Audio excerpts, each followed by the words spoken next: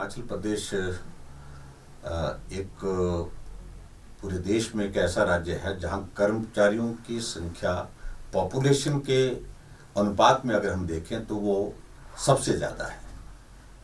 और ऐसी परिस्थिति में स्वाभाविक है हिमाचल प्रदेश में कर्मचारियों की एक बहुत महत्वपूर्ण भूमिका प्रदेश के विकास में, प्रदेश की योजनाओं को ज़मीनी स्तर तक, नीचे तक पहुंचाने के लिए काम करने में रहती है। कोविड के चलते काफ़ी अरसे से इस बात को लेकर के हमसे बातचीत हो रही थी कि एक तो जेसीसी की मांग थी, कर्मचारी महासंघ के गठन की बात थी। उन सारी बातों को लेकर के हम आगे बढ़ रहे थे, लेकिन कोविड के दौर के कारण थोड़ा विलम्ब जरूर हुआ, लेकिन उसके बावजूद अब हमने सारी वो औपचारिकताएं पूरी की महासंघ के गठन की। जो उसके बाद फिर दूसरा अभी आज हमने जेसीसी की बैठक भी बुलाई थी और जिसमें हमने महत्वपूर्ण घोषणा की है। वैसे हिमाचल प्रदेश में हमने कोविड के दौरान भी बहुत सारी जो कर्मचारियों से संबंधित उनकी मांगे थी उनका समाधान हम समय समय पर करते रहे। लेकिन कर्मचारियों को मैं इस बात के लिए भी धन्यवाद करना चाहूँगा क्योंकि उन्होंने भी कोविड के चलते बहुत ज़्यादा दबाव अपनी मांगों के लिए नहीं रखा और सहयोग किया। सारी हालात परिस्थितियों को समझते हुए उन्होंने इसमें सहयोग दिया। जहाँ तक आज की जेसीसी की अगर हम बात करें, इसमें जो महत्वपूर्ण निर्णय हमने आज जो लिए हैं, एक तो ये है कि कर्मचारियों को 1 जनवरी 2016 से नए वेतनमान दिए जाएंगे। जनवरी 2022 का संशोधित वेतन जो है वो हम फरवरी के मास में जब सैलरी देंगे उसमें उसको शामिल करेंगे, उससे शुरुआत करेंगे और जिस पर हमारी सहमति बनी है। सहमति बनने के बाद मैंने आज विधिवत इसकी घोषणा भी की है।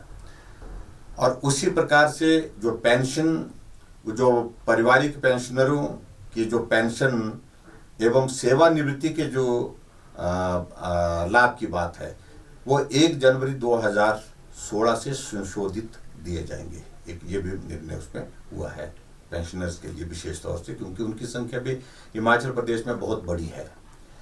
और उसी तरह से आगे बढ़ करके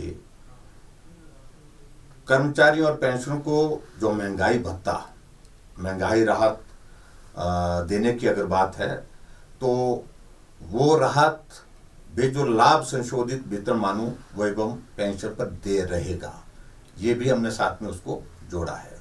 यानी कि कर्मचारियों को जो पेंशन वाले जो हमारे भाई हैं जो रिटायर हो गए हैं, उनको जो महंगाई भत्ता, महंगाई राहत जो है वो संशोधित वेतनमानों के साथ वो दे होगा। और इसी प्रकार से एक और हमने कर्मचारियों के संदर्भ में एक निर्णय जो लिया, कुल मिलाकर के नए वेतनमानों व पेंशन संशोधन करने से प्रदेश के कर्मचारियों को और पेंशनरों को लगभग 6,000 करोड़ रुपए के वित्तीय लाभ इसमें होंगे। तो एक साइजेबल अमाउंट जिसको हम कह सकते हैं कि हमारे कर्मचारियों के लिए हिमाचल प्रदेश में जो पेंशनर्स हैं उनके लिए देने की आज हमने जो विधिवत एक जेसीसी की बैठक में घोषणा की है।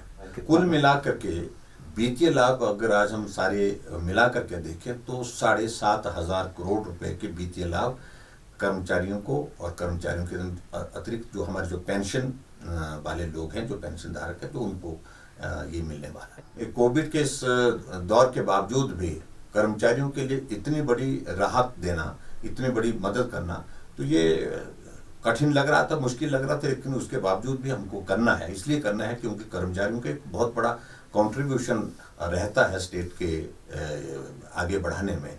तो स्वाभाविक रूप से इस बात को वो मांग भी कर रहे थे और उस मांग को पूरा करने की दिशा में हम आज आगे बढ़े हैं।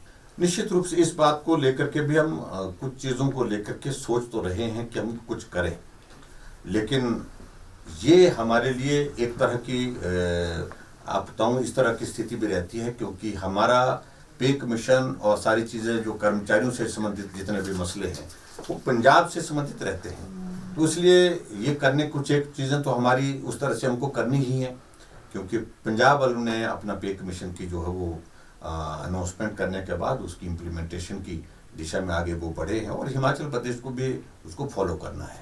कॉन्ट्रैक्ट वाला एक बहुत बड़ा इशू था जिसमें जो हमारे जितने भी हमारे कर्मचारी लगे हैं उसमें से एक बात आ रही थी कि जो 3 साल से उसको 2 साल तक किया जाए, वो हमने 2 साल तक करने का एक निर्णय लिया।